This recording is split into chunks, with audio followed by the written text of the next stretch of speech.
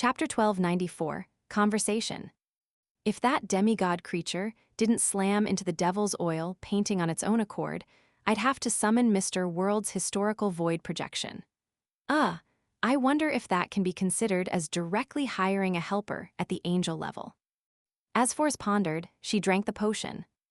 To her, the potion was like icy water that could hurt someone due to the extreme temperature. All her senses vanished in the areas that it passed, leaving only her still thoughts. It was inevitable that a person would hallucinate in extreme cold temperatures. In Force vision, a night sky instantly appeared. It was dotted with countless stars that weaved together to form a dreamlike river. Force's body began reflecting bits of stellar radiance, as if they came from her own body. The tiny bits of pure stellar radiance formed an invisible connection with the different stars in the night sky. As the light shimmered, they twisted and squirmed as insect-like creatures crawled out of Force's body. They wanted to seek refuge in the Milky Way formed by an array of embedded diamond shards. Each of them carried a portion of their own flesh and consciousness, as though they were uncontrollable avatars.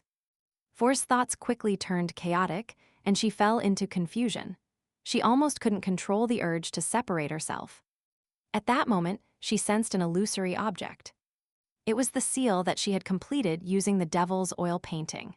It was projected into the mysterious world created by the potion, forming an abstract, blurry mark. Force didn't think further as she instinctively extended a portion of her consciousness along with her spirituality, and intertwined with the abstract symbol. The mark wasn't exactly harmonious with her, as if it wasn't part of her, but it managed to barely merge with her.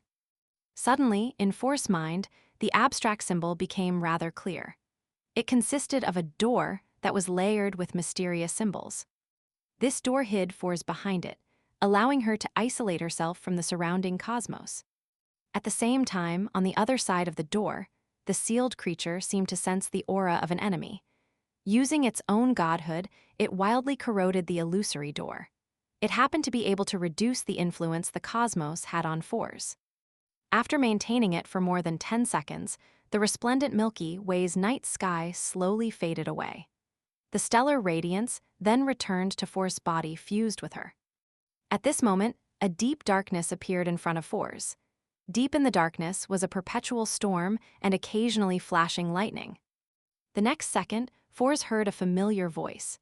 It stabbed into her head like steel nails, stirring her brain matter. Force grimaced immediately.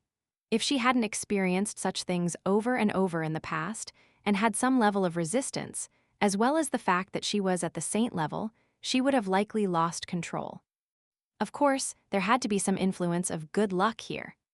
After a few seconds, she finally managed to calm herself down and hear what the voice was shouting by using cogitation.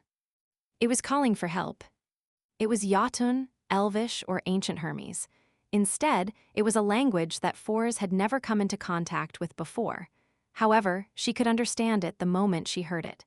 She felt like it was the true source of many languages.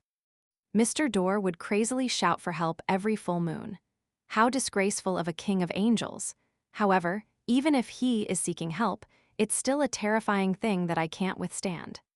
Force lampooned silently.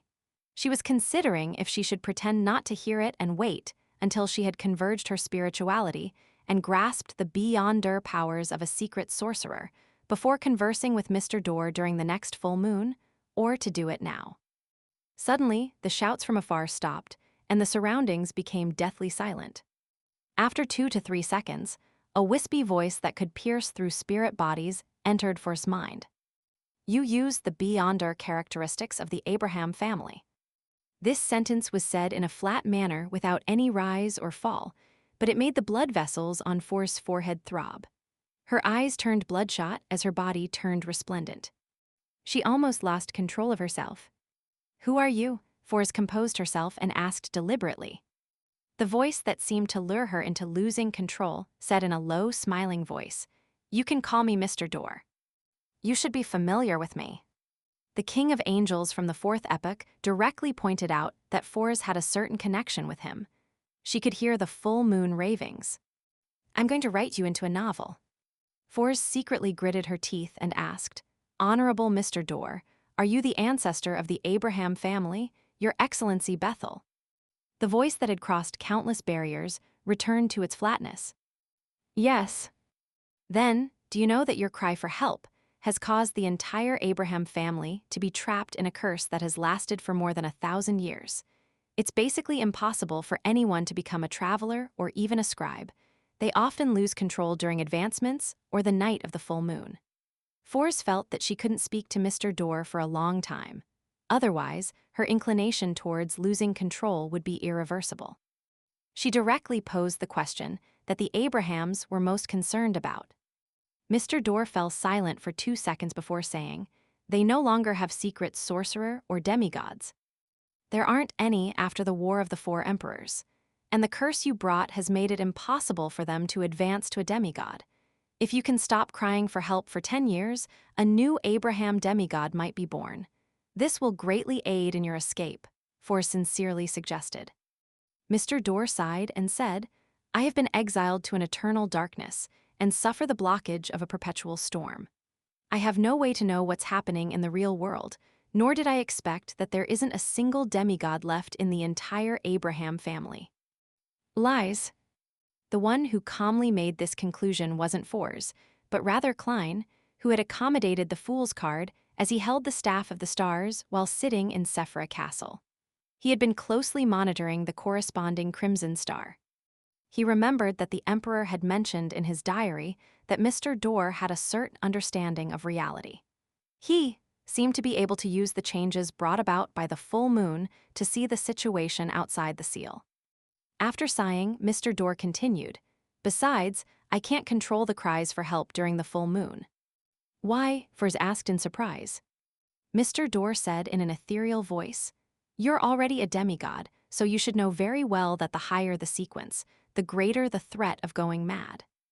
An ordinary angel, even those who can walk the land freely and do what they like, without needing to engage in any additional battles, could also be gradually influenced by the beyonder characteristics and become less like themselves. They might even enter a half-crazy state.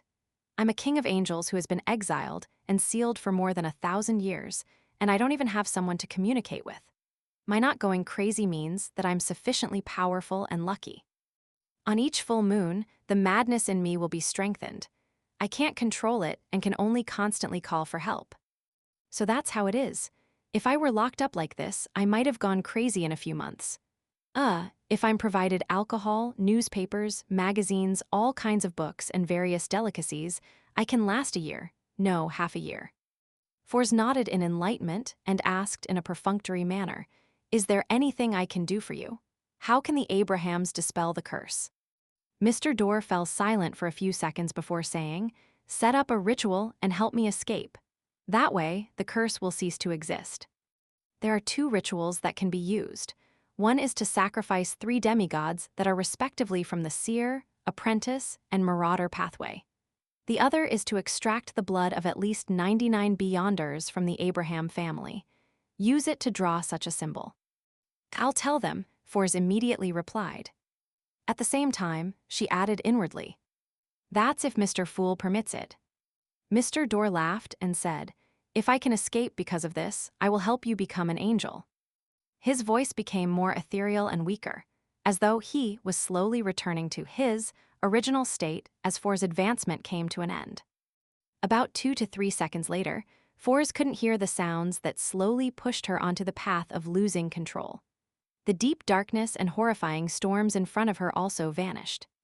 However, before the scene completely faded away, Forrest could vaguely see that, on a vast land formed from dark red rocks, there was an ancient building that resembled a pyramid erected there. Behind the building was a deep darkness and twinkling stars. It was completely different from the cosmos that she had seen as an astrologer on the ground. "What's this?" Forrest shook her head and controlled her scattered thoughts as she began to carefully rein her spirituality back. After getting accustomed to the state of a secret sorcerer, she immediately took on a praying posture and reported her previous experiences to Mr. Fool without missing anything. After doing this, Forrest put away the devil's oil painting, teleported back to Pritz Harbor, and met her teacher, Dorian Gray Abraham, who was waiting in the warehouse. Seeing that his student was safe and sound, Dorian heaved a sigh of relief and said in a pious manner, "Thanks to Mr. Fool for his blessings." He had finally taught a sequence for Secret Sorcerer, who didn't show signs of betrayal. Due to Mr. Fool's lack of response, Fours didn't inform her teacher of her conversation with Mr. Door. She planned on waiting until the next full moon. She also relaxed and smiled. "Apart from thanking Mr. Fool, I have to thank you, teacher." In the ancient palace above the fog, Klein didn't have any doubts about Mr. Door calling himself half crazy. He only felt that there had to be more secrets hidden in the matter. For example, why did Mr. Door keep enticing Emperor Roselle to visit the moon? It was a place that was occupied by an outer deity. After some thought, he took out the scarlet lunar corona and master key from the fog of history. He planned on creating a full moon environment and listening to Mr. Door's shouting. The effects of the combination had long been confirmed. Klein quickly heard the voice that seemed to pierce through his spirit body. The content of the shouting was, "Don't save me, don't save me.